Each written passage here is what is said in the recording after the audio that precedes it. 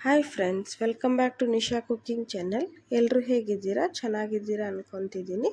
ಇವತ್ತು ನೋಡಿರಿ, ನಾನೊಂದು ಸೂಪರ್ ಆದಂತಹ ಮತ್ತು ನಮ್ಮ ಆರೋಗ್ಯಕ್ಕೆ ತುಂಬ ಒಳ್ಳೆಯದಾದಂಥ ಎನರ್ಜೆಟಿಕ್ ಡ್ರಿಂಕನ್ನು ತೋರಿಸ್ತಾ ಇದ್ದೀನಿ. ನೋಡಿ, ಇದು ನಮ್ಮ ವೆಯ್ಟ್ ಲಾಸಿಗೆ ಒಳ್ಳೆಯದು, ತುಂಬ ನಮ್ಮ ಬಾಡಿಗೆ ಕೂಡ ಒಳ್ಳೆಯದು. ನೋಡಿರಿ, ಇದರಿಂದ ಗ್ಯಾಸ್ಟ್ರಿಕ್ಕು ಕೂಡ ಇಮಿಡಿಯೇಟ್ಲಿ ಕಡಿಮೆ ಆಗುತ್ತೆ. ಹಾಗಾದರೆ ಹೇಗೆ ಮಾಡೋದು ಅಂತ ನೋಡ್ಕೊಳ್ರಿ.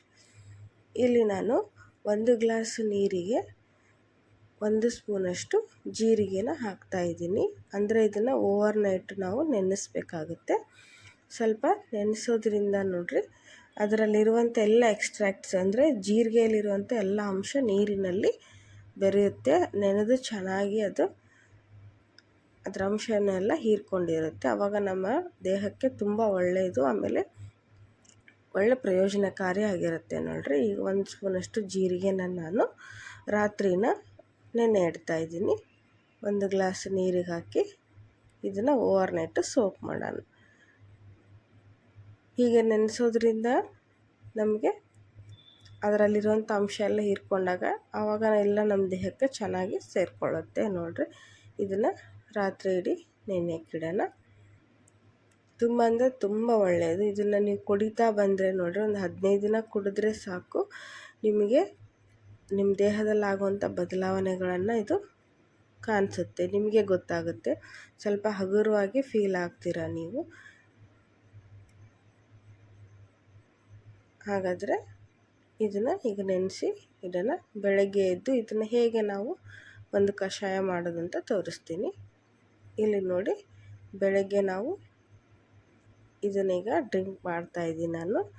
ಈ ಕಷಾಯನ ಹೇಗೆ ಮಾಡೋದು ನೋಡ್ಕೊಳ್ರಿ. ಇಲ್ಲಿ ನೋಡಿರಿ, ಜೀರಿಗೆ ಚೆನ್ನಾಗಿ ನೆಂದಿದೆ. ನೋಡಿರಿ, ಅದರ ಅಂಶ ಎಲ್ಲ ನೀರಲ್ಲಿ ಬಿಟ್ಕೊಂಡಿದೆ. ಕಲರ್ ಚೇಂಜ್ ಆಗಿದೆ, ನಮ್ಗೆ ಅದರಲ್ಲೇ ಗೊತ್ತಾಗುತ್ತೆ. ಈಗ ನೋಡಿ, ಅದು ನೀರು ಕಲರ್ ಚೇಂಜ್ ಆಗಿದೆ ಅಂದರೆ ಅದರ ಜೀರಿಗೆಯಲ್ಲಿರೋ ಸಾರಾಂಶ ಎಲ್ಲ ಹೀರ್ಕೊಂಡಿದೆ, ನೀರಿನಲ್ಲಿ ಬಿಟ್ಕೊಂಡಿದೆ. ಈಗ ಇದನ್ನು ನಾವು ಯೂಸ್ ಮಾಡೋದ್ರಿಂದ ನಮ್ಮ ಆರೋಗ್ಯಕ್ಕೆ ತುಂಬ ಒಳ್ಳೆಯದು. ಈಗ ಇದನ್ನು ಕಷಾಯ ಮಾಡೋಕ್ಕೆ ನಾನಿಲ್ಲಿ ಒಂದು ಪಾತ್ರೆ ತೊಗೊಂಡಿದ್ದೀನಿ. ಇದಕ್ಕೆ 1 ಗ್ಲಾಸಷ್ಟು ನೀರನ್ನು ಹಾಕಿರಿ. ನಿಮಗೆ ಎಷ್ಟು ಕ್ವಾಂಟಿಟಿಲಿ ಬೇಕೋ ಅಷ್ಟು ನೀವು ಮಾಡ್ಬೋದು. ನಾನಿಲ್ಲಿ 2 ಗ್ಲಾಸ್ ನೀರನ್ನು ಹಾಕ್ತಾಯಿದ್ದೀನಿ. ಹಾಕಿ ಇದನ್ನು ಚೆನ್ನಾಗಿ ಮಿಕ್ಸ್ ಮಾಡಿರಿ.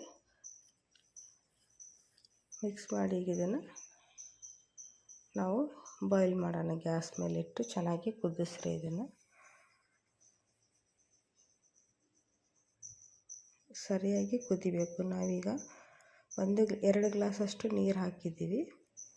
ಅದೇನಿಲ್ಲಂದ್ರೆ 1.5 ಗ್ಲಾಸು ಅಥವಾ 1 ಗ್ಲಾಸಷ್ಟು ಆಗಬೇಕು. ಅಲ್ಲಿವರೆಗೂ ಚೆನ್ನಾಗಿ ನಾವು ಬಾಯ್ಲ್ ಮಾಡಿದಾಗ ಇನ್ನು ನಮಗೆ ಅದು ಚೆನ್ನಾಗಿ ಕುದ್ದುಬಿಟ್ಟು ಅದರ ಅಂಶ ಎಲ್ಲ ನಮಗೆ ಬಾಡಿಗೆ ಸಿಗೋ ಥರ ಮಾಡುತ್ತೆ. ನೋಡಿರಿ,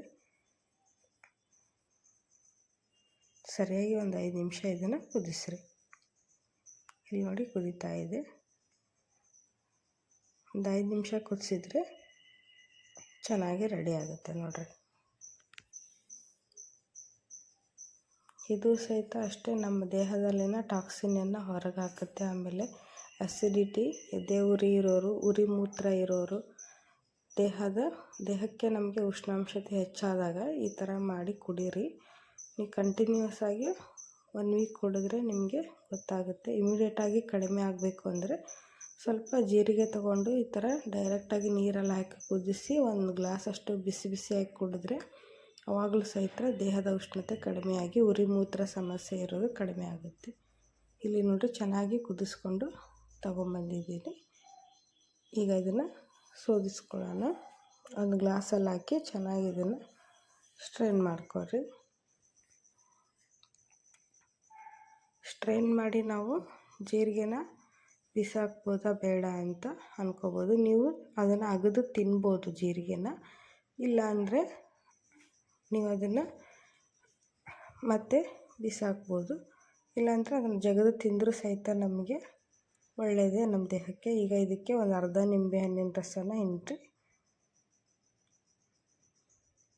ಇದ್ರ ಒಗರು ಅಂಶ ಇರುತ್ತೆ, ನಮಗೆ ಕುಡಿಯೋಕ್ಕಾಗಲ್ಲ. ನಾವು 1 ಚಿಟಿಕೆ ಉಪ್ಪನ್ನು ಹಾಕ್ಬೋದು.